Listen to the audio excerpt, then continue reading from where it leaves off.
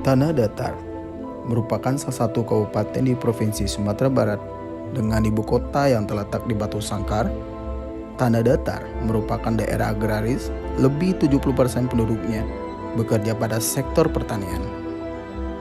Luhak Nantuo, nama lain dari Kabupaten Tanah Datar, ternyata masih banyak terdapat peninggalan bersejarah, terutama peninggalan pada zaman Aditya Warman.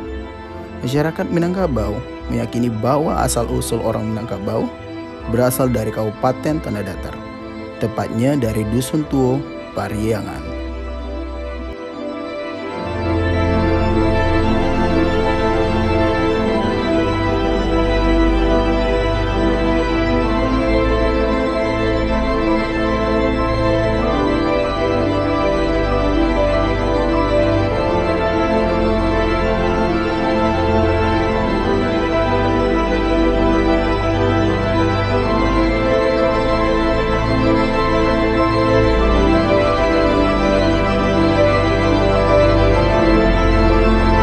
Ini tentang the beauty of Tanah Datar.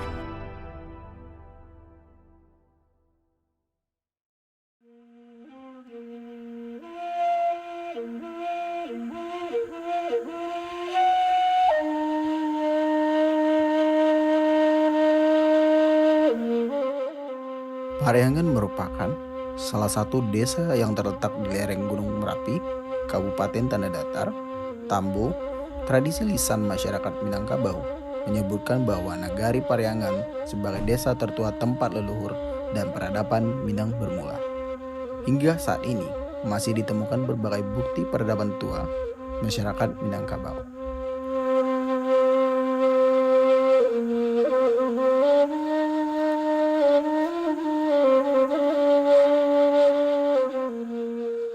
Banyak peneliti, sejarawan, pembuat film dokumenter yang ingin mengetahui bagaimana sejarah asal-usul Nagari Pariangan.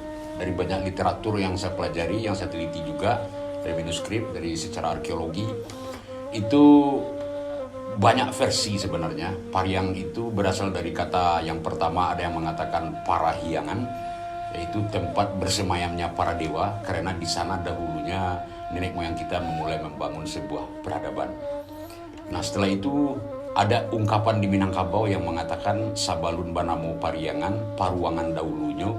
Paruangan itu artinya sebuah sisi tanah data yang ada di halaman Masjid Pariangan itu, ketika para nenek moyang kita, leluhur kita dahulu turun mencari daerah baru sepanjang hulu Batang Bengkawas, lalu mereka temukan sebuah daerah yang ruang, mereka menari-nari di sana, itu disebut panarian, dan ada hubungannya dengan luak tanah data karena di daerah itu hanya sedikit daerah yang datar. Jadi tanah data itu berasal dari daerah yang ada di Pariangan juga, di halaman Masjid Islah sekarang. Nah, paling tua itu beberapa referensi saya baca, peradaban Minangkabau itu sudah ada 3 abad sebelum Masehi. Ini sudah sangat jauh. Nah, ada pertanyaan, berarti orang Minang dulunya tidak Islam? Tidak. Karena sebelum Masehi kan belum ada Islam.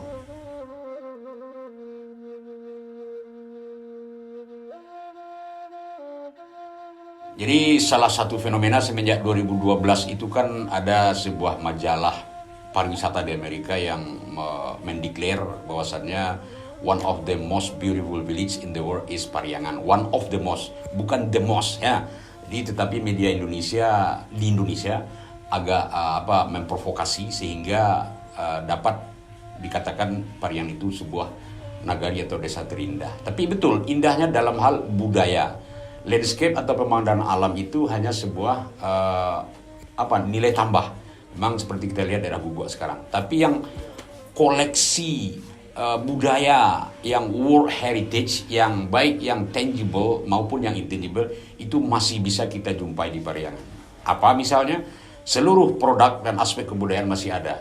Baik dari manuskripnya, baik dari tradisinya, sastra lisannya, local wisdomnya, teknologi tradisionalnya masih bisa kita jumpai sampai hari ini.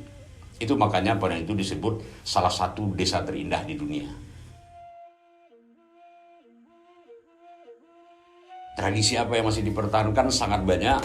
Dalam segi budaya kami ada namanya tradisi baralik kawin saja. Itu kebiasaan sampai hari ini masih berjalan. Masyarakat itu kalau ada pesta perkawinan, yang laki-laki diantar ke rumah anak darunya atau pengantin perempuan itu pada malam hari. Itu rata-rata jam 12, kadang-kadang lewat malam. Setelah itu dalam hal tradisi kematian, kami masih memiliki beberapa ritual kematian seperti mendoa atau mengaji 3 hari, 7 hari, 14, 21, 40 sampai 100 hari. Dan itu diatur bagaimana tata caranya dan juga kulinernya apa. Itu diatur dan sampai hari ini masih diikuti oleh masyarakat. Jadi semiskinnya orang, sekayanya orang yang kuliner itu harus ada. Belum ada modernisasi. Nah, tetapi kalau ingin menambah boleh, yang penting yang aslinya kita tidak boleh tinggalkan. Nah, sampai hari ini masih terjaga, bisa didokumentasikan. Dan banyak lagi tradisi yang ada.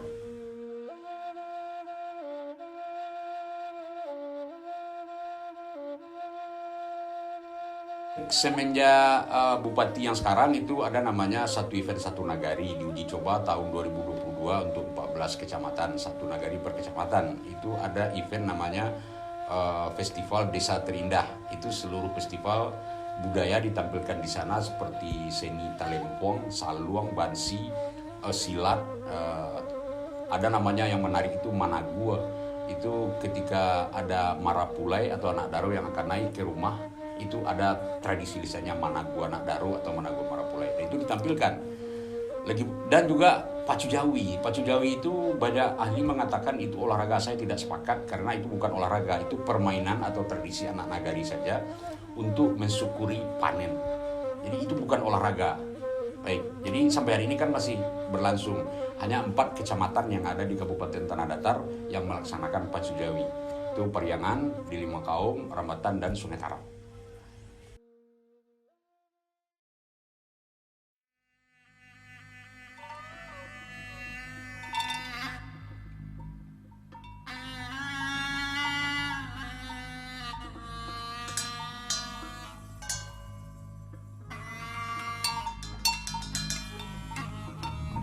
Legenda di Minangkabau menjelaskan silat atau sile diciptakan oleh Datuk Suri Diraja dari Pariangan, Tanah Datar di bawah kaki Gunung Merapi pada tahun 1119.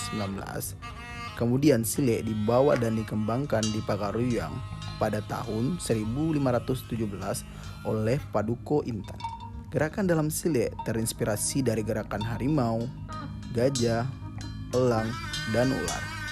Salah satu sile tuo yang terkenal yaitu sile tuo Tanjung Bungo Batu Patah Pagaruyang yang didirikan pada tahun 2016 silam.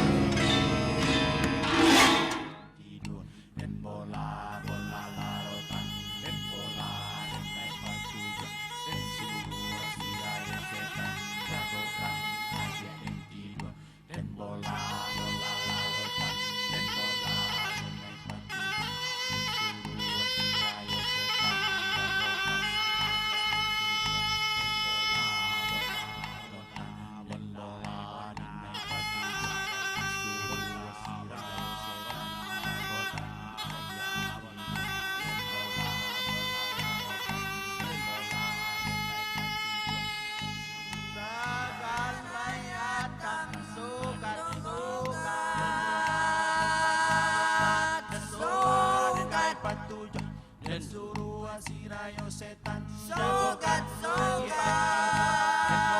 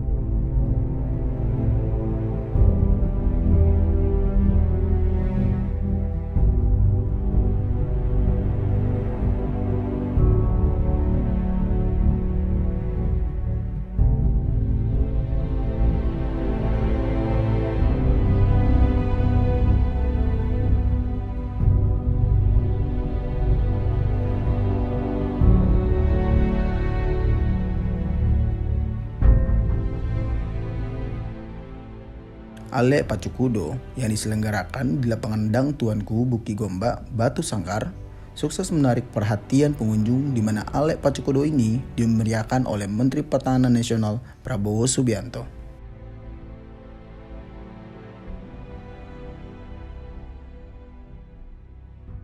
Pacu Kudo bagi masyarakat Minangkabau bukanlah sekedar olahraga saja. Kegiatan ini merupakan salah satu tradisi bagi masyarakat Minangkabau di daerah Dare seperti Bukit Tinggi, Agam, Batu Sangkar, Solo, dan sekitarnya.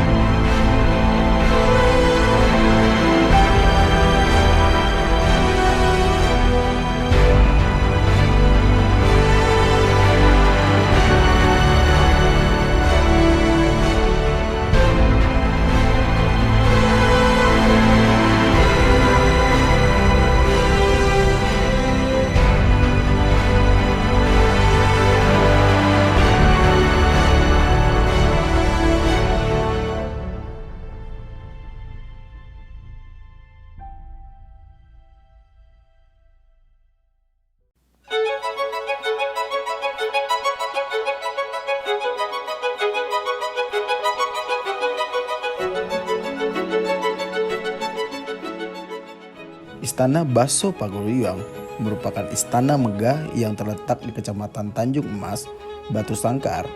Istana ini mulanya dibangun oleh Raja Adityawarman pada tahun 1347 yang merupakan kediaman dari para raja sekaligus tempat untuk menjalankan pemerintahan pada abad ke-19.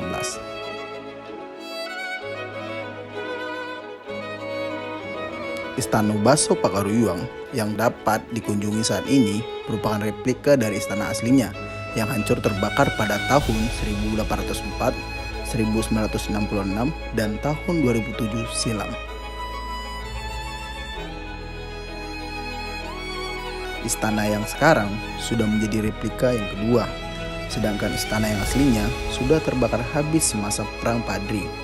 Jadi, kalau misalkan dibandingkan dengan replika pertama dan kedua, untuk bangunan itu diupayakan semirip mungkin dengan replika yang pertama. Kemudian yang berbeda itu benda-benda koleksi yang sudah banyak terbakar di tahun 2007. Jadi hanya 15% yang bisa diselamatkan.